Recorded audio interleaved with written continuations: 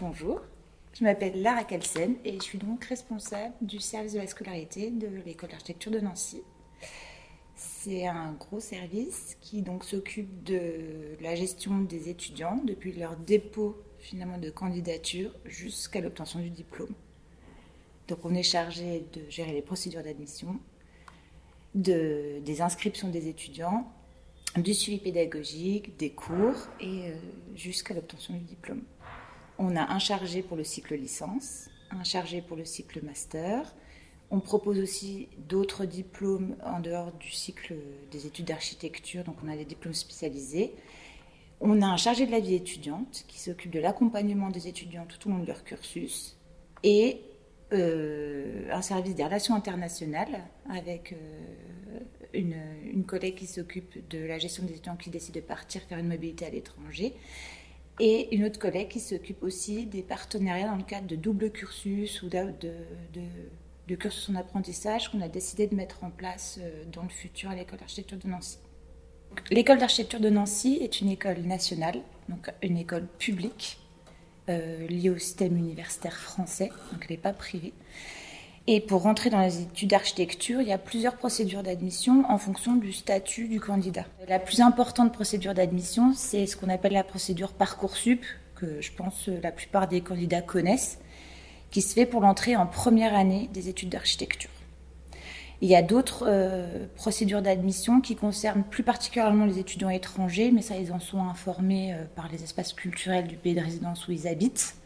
Ou en France, c'est une procédure spéciale où ils ont les renseignements sur notre site internet. Pour l'entrée en première année, c'est donc la procédure Parcoursup et elle concerne soit les étudiants qui sont en terminale, dans n'importe quelle filière de bac, soit des étudiants qui seraient en réorientation après avoir obtenu le bac et être entrés dans l'enseignement supérieur. La procédure d'admission pour la première année dans les études d'architecture est la même dans les 20 écoles d'architecture françaises, c'est-à-dire qu'il y a une phase de présélection sur dossier scolaire, suivie d'entretien de motivation.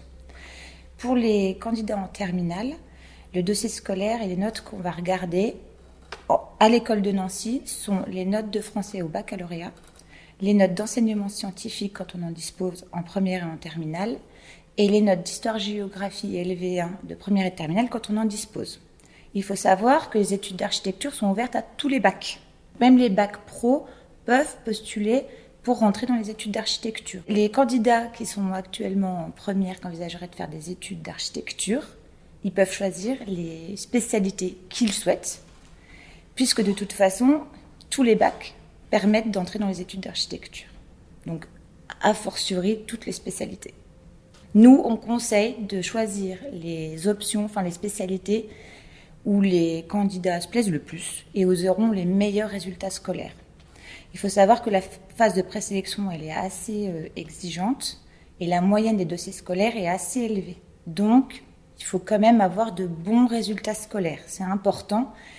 Et pour ceux qui se poseraient la question de savoir aussi dans quelle filière de bac ils doivent aller, en tout cas pour les études d'architecture, on préfère que les candidats choisissent une filière de bac où ils auront des bons résultats qu'une filière de bac générale, où ils auront des moins bons résultats. Donc on établit une note de dossier scolaire et on va convoquer un certain nombre de candidats qui seront les mieux classés pour des entretiens de motivation. Les entretiens de motivation, en fait, c'est une conversation avec un jury composé de 2 enseignants. Il n'y a pas de préparation ni de prérequis à avoir pour cette conversation. C'est vraiment une discussion un peu ouverte où on va plutôt tester et la motivation du candidat et sa curiosité, sa connaissance des études d'architecture, du contenu des études d'architecture, de ce que fait un architecte. Quel est le métier de l'architecte, dans quelle discipline il va pouvoir intervenir dans son métier. C'est pas un QCM pour savoir si on a des connaissances sur l'histoire de l'architecture. C'est plus tester la motivation et la curiosité. Un tiers des candidats qui présentent une candidature sur Parcoursup sont des étudiants en réorientation, c'est-à-dire des bacheliers qui ont déjà obtenu le baccalauréat et qui ont fait autre chose, qui ont suivi d'autres études dans l'enseignement supérieur. Donc, si on n'arrive pas à rentrer dans une école d'architecture en terminale, c'est pas très grave. On a le droit de représenter autant de candidatures qu'on le souhaite. Parcoursup, il permet à tous les candidats qui souhaitent intégrer une première année de postuler. Donc quand on est bachelier et qu'on n'a pas pu être présélectionné pour les entretiens, on peut représenter une candidature et là, on ne va pas du tout regarder les mêmes éléments dans la candidature. On va regarder le dossier scolaire, mais ça va être qu'une seule partie. On va regarder les notes au baccalauréat. Donc c'est important, même si on n'a pas des bonnes notes en première, en terminale, quand même d'essayer d'avoir des bonnes notes au baccalauréat. Donc on va regarder les notes plutôt globales et surtout on va regarder tous les autres éléments du dossier, la lettre de motivation qui est très importante, les centres d'intérêt, les stages ou les activités que les gens peuvent faire à côté dans leur vie. Quelle que soit en fait la formation que le candidat a suivie dans l'enseignement supérieur, c'est pas grave, il n'y a pas de discrimination et pas de prérequis puisque le seul prérequis pour rentrer dans les études d'architecture, c'est d'avoir le baccalauréat. Les études d'architecture requièrent beaucoup de motivation. Quand je dis beaucoup de motivation, ce sont des études exigeantes. On est sur un emploi du temps hebdomadaire avec beaucoup d'heures de cours, beaucoup de TD et beaucoup de TP. Il y a beaucoup de travaux en groupe et on est en contrôle continu. Cela veut dire que les étudiants vont devoir fournir des travaux réguliers tout au long du semestre. On n'est pas sur un système universitaire avec un partiel de fin de semestre et éventuellement un rattrapage.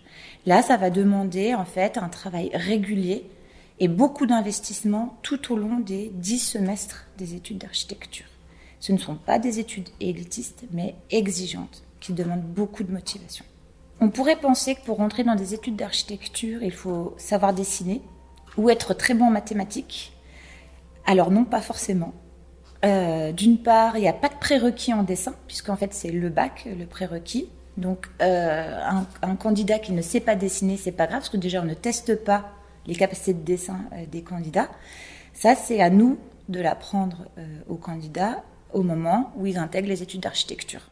Les candidats donc admis en première année intègrent le premier cycle des études d'architecture, qui est le cycle licence. Le cycle de licence est composé de 3 années, comme sur le système universitaire, et est divisé en semestres. Et la première année des études d'architecture, c'est ce qu'on appelle l'année propédeutique. C'est un peu une sorte de prépa intégrée où les étudiants vont être confrontés au milieu de la conception architecturale qu'ils n'auront pas rencontré en fait dans les études dans le secondaire.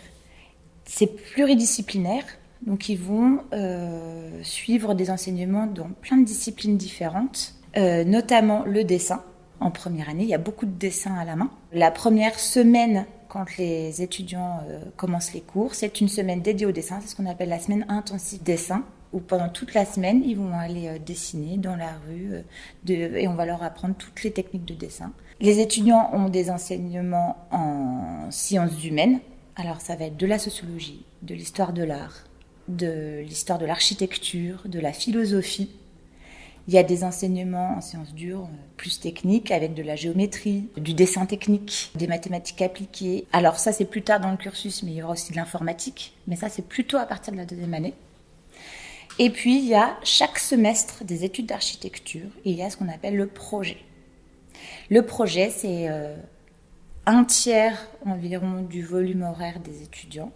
C'est l'atelier de projet, c'est là où on va faire de la conception architecturale.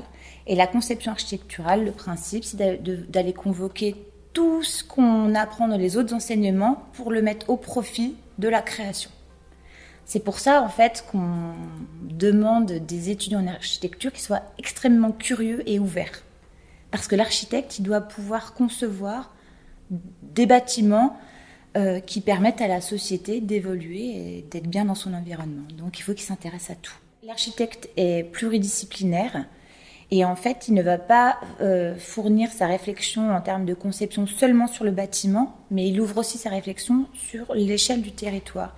Et dans les études d'architecture, il faut avoir conscience que les étudiants ils vont travailler à l'échelle, à la petite échelle, mais aussi à l'échelle urbaine. Et voir du territoire, du site. Donc, il faut bien que les candidats comprennent qu'il faut une grande curiosité et une réflexion à plusieurs échelles de l'architecture. Tout au long de la première année, les étudiants suivent des enseignements pluridisciplinaires.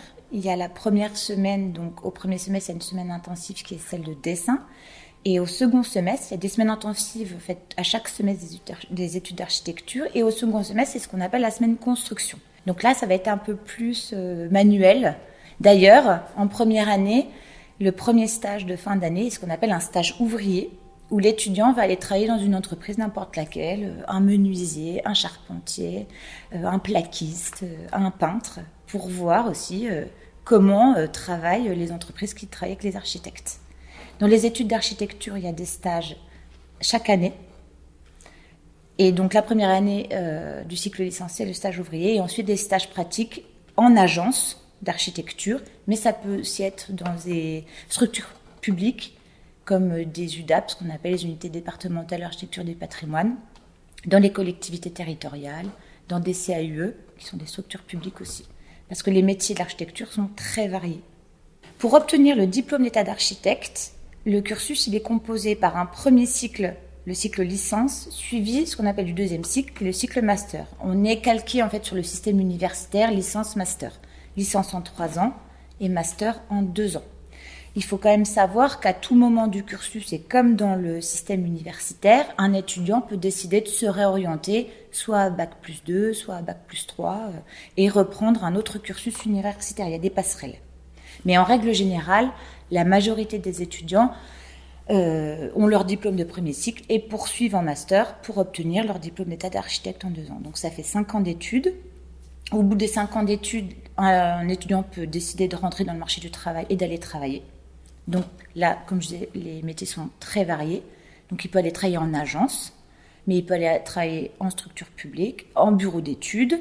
Il peut aussi aller un peu bifurquer même vers des métiers comme la scénographie, la médiation, le patrimoine. Il peut passer des concours d'État pour devenir architecte urbaniste. Il peut rebifurquer vers des diplômes en ingénierie. Les diplômes d'études en architecture sont des diplômes universitaires qui permettent aussi de se réorienter vers des tas d'autres spécialités ou spécialisations. Après le diplôme d'état d'architecte en 5 ans, les étudiants peuvent aussi décider d'aller soit vers l'enseignement, soit vers la recherche et de faire un doctorat. Pour les étudiants qui le souhaitent et qui souhaitent être inscrits à l'ordre et ouvrir une agence, ils terminent par une 6e année, une année de professionnalisation qu'on appelle l'habilitation à la maîtrise d'œuvre en son nom propre, la HMONP. Certains candidats qui ne seraient pas acceptés dans les études d'architecture vont poursuivre peut-être des études en lien avec l'architecture dans d'autres formations universitaires. Certaines d'entre elles permettent de revenir dans les études d'architecture par ce qu'on appelle des passerelles, avec un accès soit en 2e année du premier cycle ou en 3e année. Il y a assez peu de diplômes qui le permettent, mais c'est possible, et ce sont les DUT et BUT Génie Civil, les DNMAD mention espace, enfin ce qu'on appelle les diplômes nationaux des métiers d'art et du design en mention espace, les bachelors en design de certaines écoles privées. Donc ces seuls diplômes permettent d'accéder en 2e année de licence par une procédure qu'on appelle la procédure de validation d'acquis. Et certains ingénieurs en génie civil, eux, peuvent faire des candidatures pour accéder en 3e année. Mais ce sont les seuls diplômes qui permettent de rentrer dans les études d'architecture en cours de cycle. Certains étudiants font des études en architecture d'intérieur. Il faut donc savoir que le diplôme d'architecture d'intérieur n'est pas un diplôme des écoles d'architecture et il n'y a pas d'équivalence. Toutes les informations concernant les procédures d'admission ou nos formations, les études d'architecture, on peut les retrouver sur notre site internet. Nous sommes aussi présents tous les ans à Auriaction et les candidats peuvent venir nous rencontrer lors de nos journées portes ouvertes, où là, c'est l'occasion de venir découvrir concrètement ce que font les étudiants en architecture. Notamment, il y a beaucoup de production, donc les candidats, les visiteurs peuvent voir les maquettes de nos étudiants, puisqu'ils travaillent beaucoup aussi avec leurs mains, ils produisent beaucoup, que ce soit en termes donc, de maquettes, de dessins, de planches, bref, tous les travaux qui sont produits par les étudiants tout au long de leur cursus.